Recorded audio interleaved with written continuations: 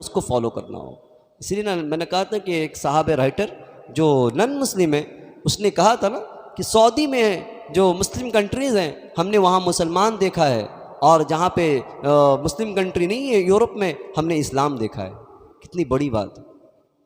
اسلام کا جو قانون ہے وہ فالو کر رہے ہیں، چاہے وہ وعدہ کا ہو، چاہے وہ امانت کا ہو، چاہے وہ لین دین کا ہو. سارے معاملات جو اسلام ہمیں سکھاتا ہے، جس کی ہمیں تعلیم دیتا ہے، وہ یورپ والے لوگ اس کو اپنائے ہوئے ہیں. صرف مسلمان وہ نہیں ہیں، انہوں نے کلمہ نہیں پڑھا ہے، مگر ہم نے کلمہ پڑھا ہے، مگر اسلام کا جو قانون ہے وہ ہمارے اندر نہیں ہے.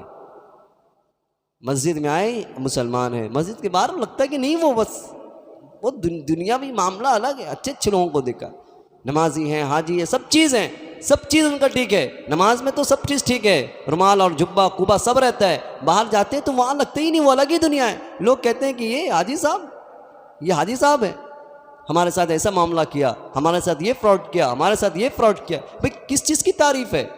کیا حاجی ایک ٹائٹل لے کر کے ہم جنت میں چلے جائیں گے؟ کیا ایک عالم ایک ٹائٹل لے کے ہم جنت میں چلے جائیں گے؟ یہ آل آر ٹائٹلز، یہ سب ٹائٹلز ہیں. کام ہے تو کرنے کے. چاہے وہ ایک ادنا سا انسان بھی اگر تقوی و پرہیزگاری کے ساتھ زندگی گزارے گا، اس کا مقام اللہ کے یہاں بڑھا ہوا ہے. اللہ نے قبیلے کا ذکر کیا.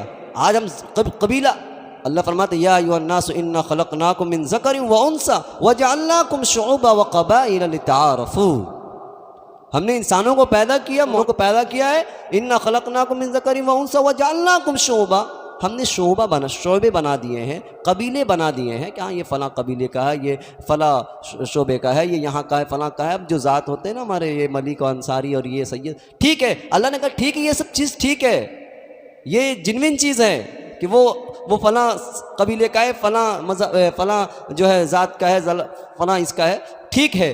مگر یاد رکھو یہ صرف پہچاننے کے لیے، لتعارفوا، یہ صرف پہچاننے کے لیے، آئیڈینٹیفیکیشن کے لیے کہ فلاں صاحب ملک ہیں، فلاں صاحب سید ہیں، فلاں سید خاندان کے، فلاں اس کے. مگر یاد رکھو آپ اس میں مت پڑھنا کہ ہم اس کے ہیں تو ہم تو جنت کے سب سے پہلے گیٹ سے ہم داخل ہو جائیں گے، اور اللہ تعالیٰ ہمارے لیے ایک دم لال فرش بچھا کر کے، گرین فرش بچھا کر کے راستہ دکھائے گا، آئیے آپ تو سید خاندان کے، آپ تو سب سے پہلے اندر آ جائیے. نہیں، اللہ نے فرمایا ان اکرمکم عند اللہ اتقاکم. اللہ کے یہاں کوئی معزز مکرم چیز ہے تو وہ تمہارا تقویٰ ہے.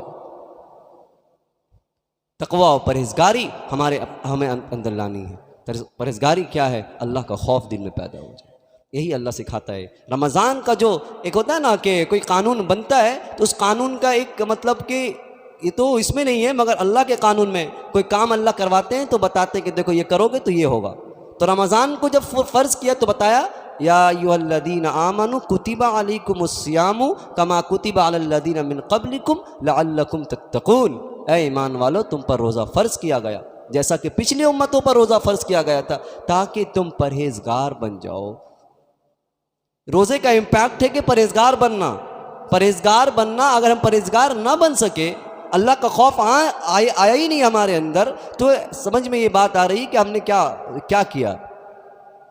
تو اللہ تو راستہ دکھا رہا ہے، مگر دونوں چیزیں ہیں نا. ہم چاہیں تو اس کو اچھی چیز کو اپنائیں، چاہے تو ہم برائی میں پڑ جائیں.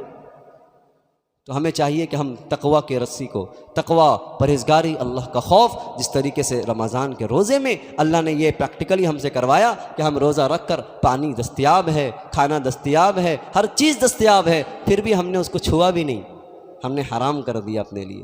نہیں، پانی پی سکتے تھے، نہیں پئیں گے. کیوں نہیں پئیں گے؟ اللہ دیکھ رہا ہے.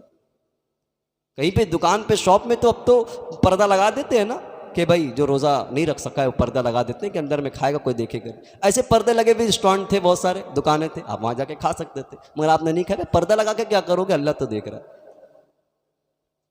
تو یہی چیز تو سکھا رہا ہے نا روزہ، کہ اب عید کے بعد بھی غلط کام کی طرف جائیں گے تو بس اللہ دیکھ رہا ہے. یہ کنسپٹ اللہ کلیئر کرتا ہے کہ دیکھو اللہ ہر جگہ ہے، اللہ نے کروایا تو اس کو ہر جگہ ہمیں فٹ کرنا ہے، ہر جگہ فٹ کرنا ہے. نہیں، کیوں تم جھوٹ بول رہے ہو؟ کیوں ہم رشوت دیں گے؟ کیوں جو ہے ہم سیٹلمنٹ کرتے ہیں غلط طریقے سے، حرام چیزوں سے، حرام مال سے غیبت کر کے؟ اس کو فوراً ختم کرنا ہے. کوئی دیکھے چاہے مت دیکھے، اللہ دیکھ رہا. یہ اپنے اوپر مسلط کر لے اس چیز کو.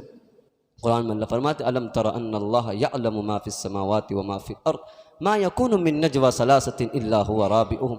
سرگوشی سرگوشی جو کرتا ہے انسان، ایک دوسرے کے بارے میں کہتا ہے کہ فلاں ایسا ہے، فلاں ایسا ہے، فلاں ایسا ہے، یہ تمام چیزوں میں یہ چیز صادق آتی ہیں کہ انسان سرگوشی کرتا ہے۔ اللہ فرماتے ما یکون من نجوا ثلاثۃ الا هو رابعهم، کوئی تین میں سرگوشی نہیں ہوتی الا رابعهم، اس کا چوتھا بھی اس کے ساتھ ہوتا ہے، ولا خمسۃ الا هو سادسهم، تم پانچ مل کر کے سرگوشی کر رہے ہو، تم پانچ مل کر کے گناہ کا کام کر رہے ہو، الا هو سادسهم، اس کا ایک چھٹا بھی ہے، ولا خمسۃ الا هو سادسهم ولا ادنى من ذلك، اگر اس سے کم ہو، تین سے کم ہو، دو ہو، ایک ہو، ولا اکثر الا هو معهم اينما كانوا، اس سے زیادہ بھی ہو، کہیں پہ بھی ہو، الا هو معهم اينما كانوا۔ اللہ فرماتے ہیں کہ تم ایک ہو تو ایک ایڈ کر لو مجھے، تم دو ہو تو ایک ایڈ کر لو مجھے، تین ہو تو چوتھا میں ہوں، پانچ ہو تو چھٹا میں ہوں، اب کروڑوں ہو تو ایک ایڈ کر لو مجھے۔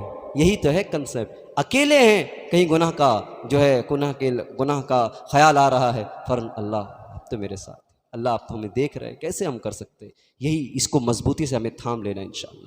جس شخص کے اندر اللہ کا خوف پیدا ہو جائے گا، جس گھر کے اندر عورتوں کے اندر اللہ کا خوف پیدا ہو جائے گا، اس گھر کا نظام اچھا ہو جائے گا۔ آج شوہر کا خوف